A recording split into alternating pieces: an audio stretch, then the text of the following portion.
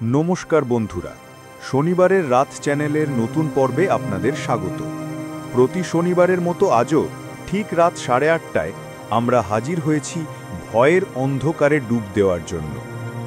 আজকের কাহিনী আবর্তিত হয়েছে নতুন এক ভয়ঙ্করী রাতের গল্প, শিবপুরের পরিত্যক্ত ঘাটকে ঘিরে।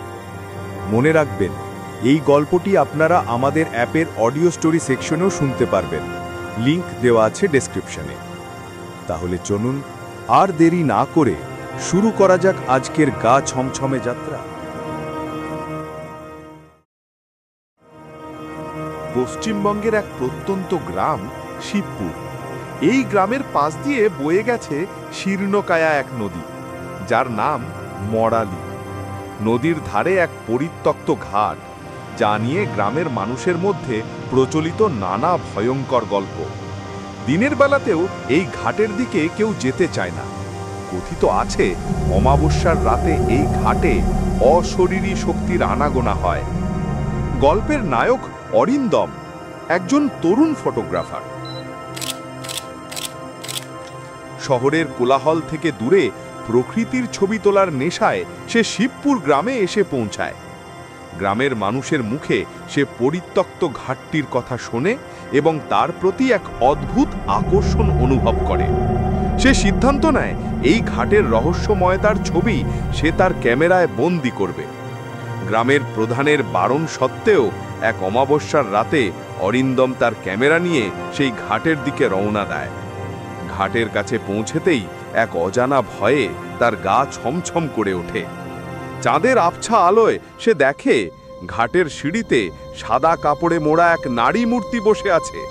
তার মুখ দেখা না গেলেও বাতাসে ভেসে আসছে তার চাপা কান্নার শব্দ। অরিন্দম সাহসিকতার সাথে তার ক্যামেরার লেন্স সেই দিকে তাক করে, কিন্তু ছবি তোলার আগেই সেই মূর্তি বাতাসে মিলিয়ে যায়। এরপর অরিন্দম নানা অলৌকিক ঘটনার সম্মুখীন হতে থাকে। সে শুনতে পায় জলের মধ্য থেকে ভেসে আসা আর্তনাদ, দেখতে পায় গাছের ডালে বসে থাকা ছায়ামূর্তি। অরিন্দম গ্রামের সবচেয়ে বয়স্ক ব্যক্তি হরিশঙ্কর বাবুর শরণাপন্ন হয়।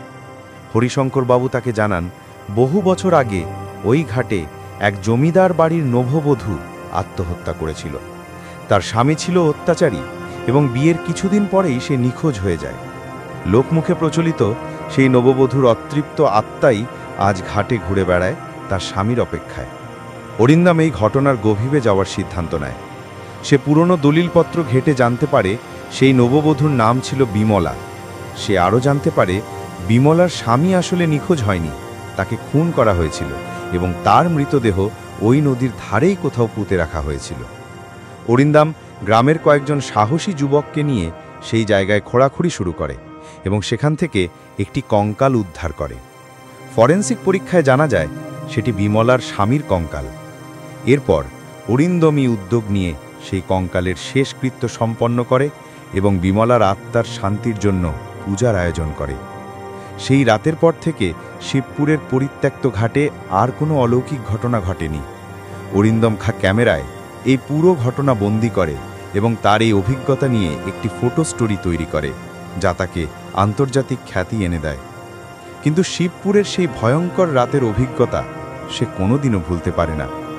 এই গল্পটি কাল্পনিক হলেও এর মধ্যে ব্যবহৃত বিভিন্ন উপাদান, যেমন অতৃপ্ত আত্মা, পরিত্যক্ত ঘাট, গ্রামের লোকশ্রুতি এবং রহস্যময়তা, বাংলা ভৌতিক গল্পের ঐতিহ্যকে অনুসরণ করে লেখা হয়েছে। কেমন লাগলো আজকের গল্প, নতুন এক ভয়ঙ্করী রাতের গল্প, শিবপুরের পরিত্যক্ত ঘাট?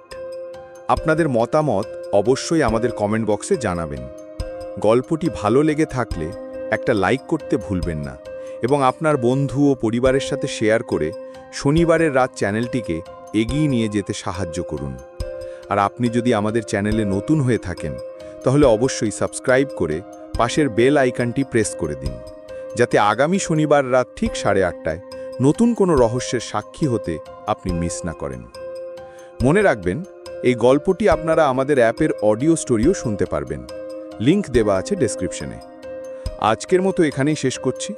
ভালো থাকবেন, সাবধানে থাকবেন। শুভরাত্রি।